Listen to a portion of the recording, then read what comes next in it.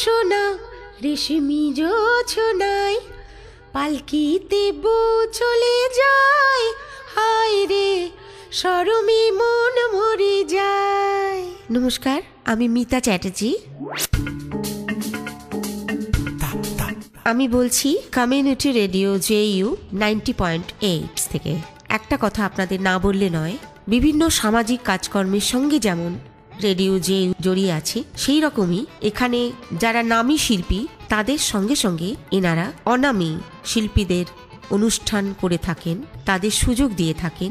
একটা বিরাট কথা বলতে হয়, সবাই ভাবে আমাদের মতন যারা নাম আছে তাদের কথা, কিন্তু যাদের পাশে কেউ দাঁড়ানোর নেই, সেই রকম যাদের মধ্যে প্রচুর প্রতিভা আছে, সে সমস্ত প্রতিভাদের খুঁজে বের করে তাদের নিয়ে অনুষ্ঠান করা, এটা একটা বিরাট ব্যাপার। সময় যখন পাই আমিও শুনি কমিউনিটি রেডিও JU 90.8। অনুরোধ করছি আপনারাও শুনুন। তাই আমার তরফ থেকে আমি অনেক অনেক ধন্যবাদ জানাচ্ছি কমিউনিটি রেডিও JU 90.8কে। শুনছেন যাদবপুর বিশ্ববিদ্যালয়ের নিজস্ব রেডিও স্টেশন 90.8 মেগাহার্টজে। অনুষ্ঠান কেমন লাগছে আমাদের জানাবেন। আপনারা আমাদের জানালে আমরা খুশি হব। 2414-6060 2414 6060 2414-6060 2414 6060।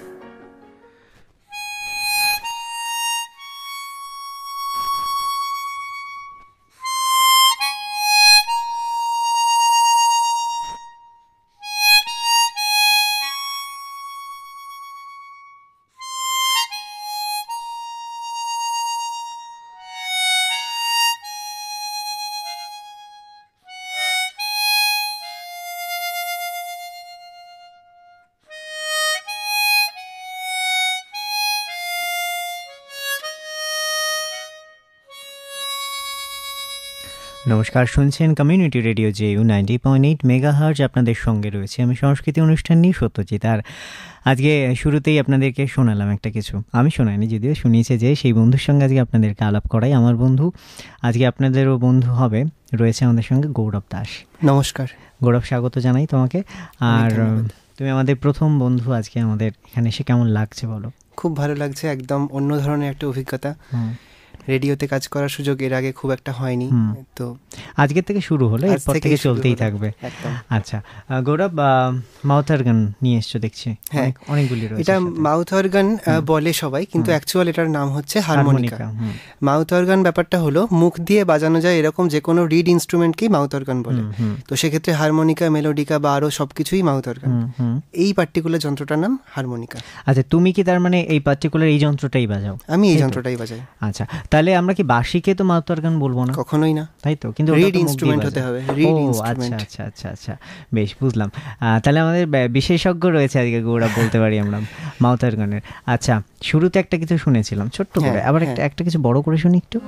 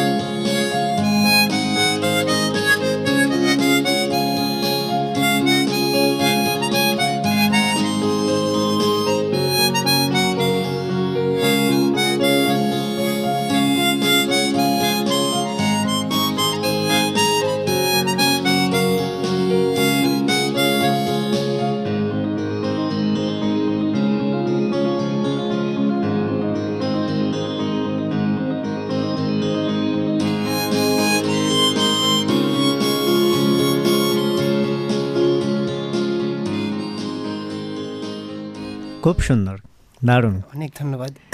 আচ্ছা, গৌরব আবার একটু যাই তোমার সঙ্গে একটু গল্প করি। অবশ্যই। ছোট থেকেই কি বাজাতে নাকি?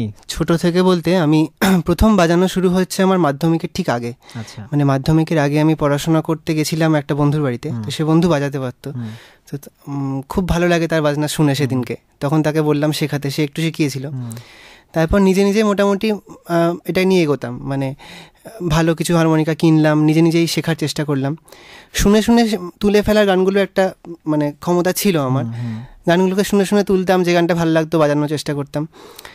তো এরকম করতে করতে কলেজ জীবনটা যায়।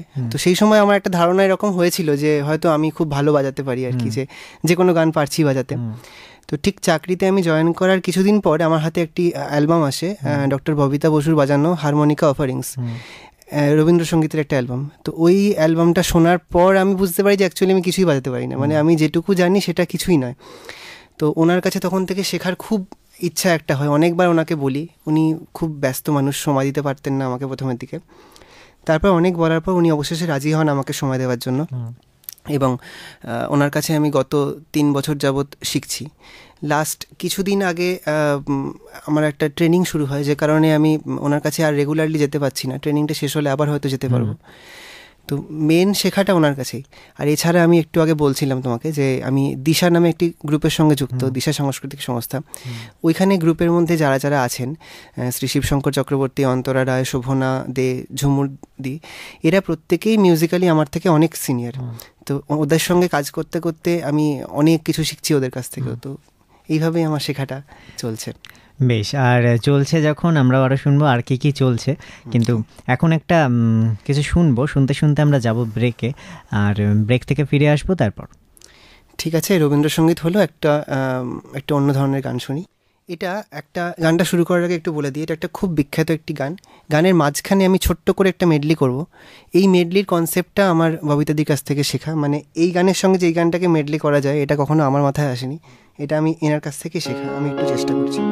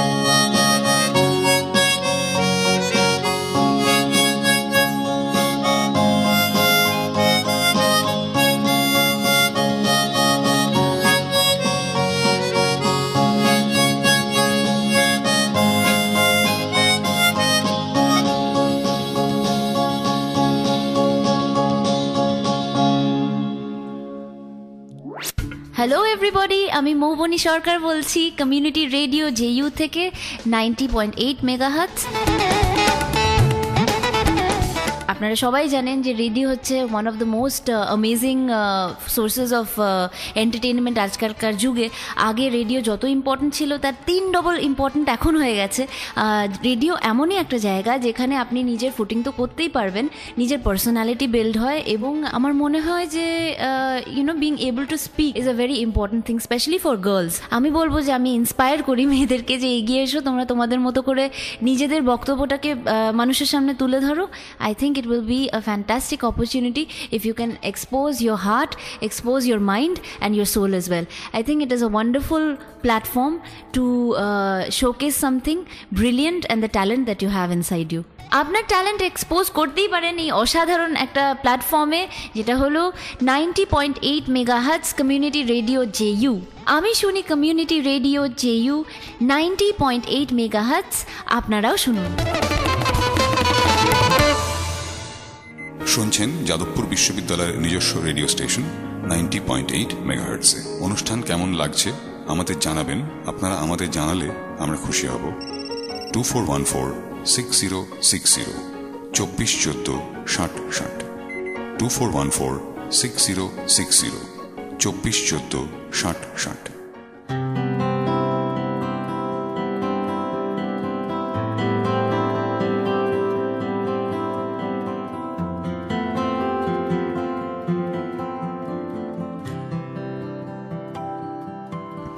ফিরে এলাম বিরতির পর। শুনছেন কমিউনিটি রেডিও জেইউ 90.8 মেগাহার্টজ। আপনাদের সঙ্গে রয়েছে আমি সংস্কৃতি অনুষ্ঠান নিয়ে সত্যজিৎ, আর আমার সঙ্গে রয়েছে আজকে আমাদের নতুন বন্ধু গৌরব দাস।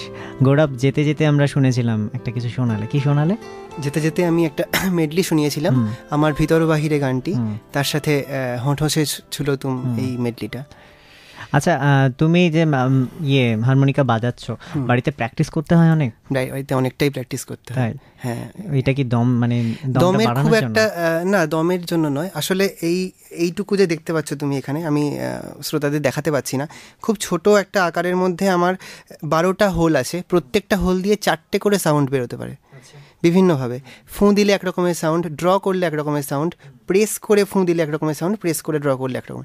তো এই মাইনিউট ব্যাপারগুলোকে একদম আত্মস্থ করার জন্য আমার মানে রীতিমতো রিহার্সাল বা প্র্যাকটিস করতে হয় বাড়িতে। দমের খুব একটা সমস্যা হয় না, কারণ বাঁশিতে যেমন পুরোটাই ব্লো, তো আমাকে সেক্ষেত্রে অনেক বেশি দম লাগে। এক্ষেত্রে পুরোটা ব্লো নয়, ব্লো ড্র সাইমালটেনিয়াসলি চলতে থাকে, তো সে কারণে অতটা সমস্যা এতে হয় না। আচ্ছা, তুমি তো এখন মোটামুটি ফুল দামে বাজাচ্ছ, শিখছো, কাজ করছো, আর কি স্বপ্ন আছে মাউথ অর্গান নিয়ে? মানে আর কি স্বপ্ন আছে? দেখো, মাউথ অর্গান জিনিসটা খুব একটা মেন ইনস্ট্রুমেন্ট হিসেবে এস্টাবলিশড নয়। মাউথ অর্গান সব জায়গাতেই কিন্তু ওই একটা গানের প্রিলিউড বা ইন্টারলিউড বাজানোর জন্য ইউজ হয়। একজন মাউথ অর্গান বাজিয়ে অনুষ্ঠান করছে, এটা আমি খুব বেশি দেখিনি আমার গুরুমা ডক্টর ববিতা বসু ছাড়া, বা আগে মিলন গুপ্ত ছিলেন। কিন্তু শুধু মাউথ অর্গানটা দিয়ে এটা অনুষ্ঠান হচ্ছে এরকম কখনো হয়নি। আমি যখন মাউথ অর্গানটাকে আমার পেশা ঠিক বলবো না, মানে নিলাম আমি এটাকে পারফর্ম করব বলে, তখন সবাই বলল যে খুব বেশি দূর এগোনো যাবে না আর কি, কারণ এটার একটা লিমিটেশন আছে যে লোকে অ্যাকসেপ্ট করবে না। তো আমার শখ হচ্ছে যে যদি আমি করি, আমি এটা নিয়েই থাকবো, এটা নিয়ে যতটা এগোনো যায় আমি এগোবো। মানে ইনস্ট্রুমেন্টটা এত সুন্দর সাউন্ড, মানে আমি ব্যক্তিগতভাবে এই যন্ত্রটার খুব সাউন্ডের পছন্দ করি আর কি। তো আমি যতটুকু এগোবো এটাকে নিয়ে এগোবো যদি পারি। চলো আমরাও এগোই, আর আমাদের সময় এগোচ্ছে, একটা কিছু শুনি। আচ্ছা, একটা হিন্দি গান বাজানো যাবে এখানে? একদম, অবশ্যই। তাহলে আমি একটা হিন্দি গান, একটু পুরোনো দিনের গান, একটা রেট্রো।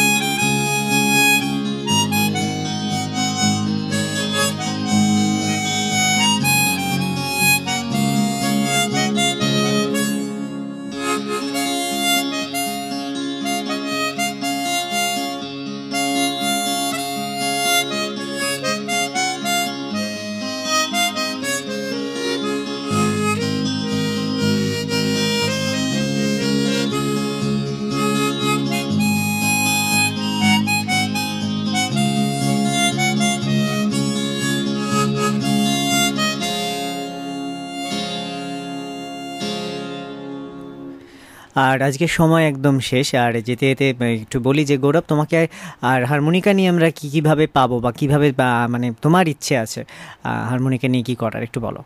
আমি যেটা করতে চাই যে আমি হারমোনিকাটাকে একটা লিড ইনস্ট্রুমেন্ট হিসেবে এস্টাবলিশ করব, মানে লোকে হারমোনিকাই শুনতে আসবে, এমন নয় যে একটা গানের মাঝখানে একটা হারমোনিকা বাজছে, এরকম নয়, হারমোনিকাটাই লোকে শুনতে আসবে এবং সেটাই একটা মেন লিড অনুষ্ঠান হবে।